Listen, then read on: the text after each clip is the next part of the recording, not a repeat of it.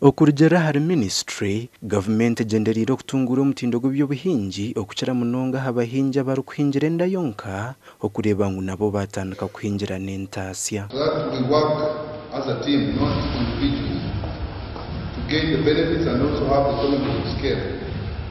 It's easier to trade as a group than trading as an individual. It's easier to work in a group than working as an individual. So we need to really agree on how we can move to grow our culture from subsistence to commercial, but not working in silos.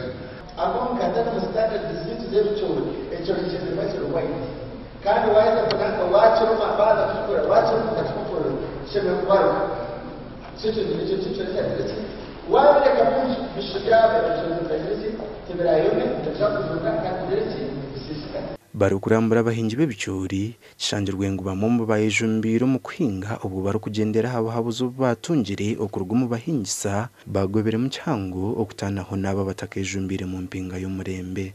Kabanza nahingaho nakantu kake katahikire nkahika ubwo bwire kakaka kiri kasyaka nija nasharura munahura nafuna interest yo kugaruka kuhinga hati kunagarukire kuhinga nasharura hihi enshaho 18 aho nagira nti lazima akasente karimo mu kuhinga. Bantu reba abantu abakutema ebicyori omusiri bakabirekayo kandi wareba n'ebicyori bimwe bugwa hansi bakabirekaho then nabakwanika hansi bakahumba kubikaza kuhumba bizamwe obuto nawe bihaza kuzamwe obuto hato wabivanze n'ebindi obuto nibugumiza mu multiplying ninga bweyongera bwebarisamo. So hata kitukora tuyo tushomesa abahingi bitu ngo kubonera umusiri kugira ngo basharureje koraze kusharura yandika hantu ndubare.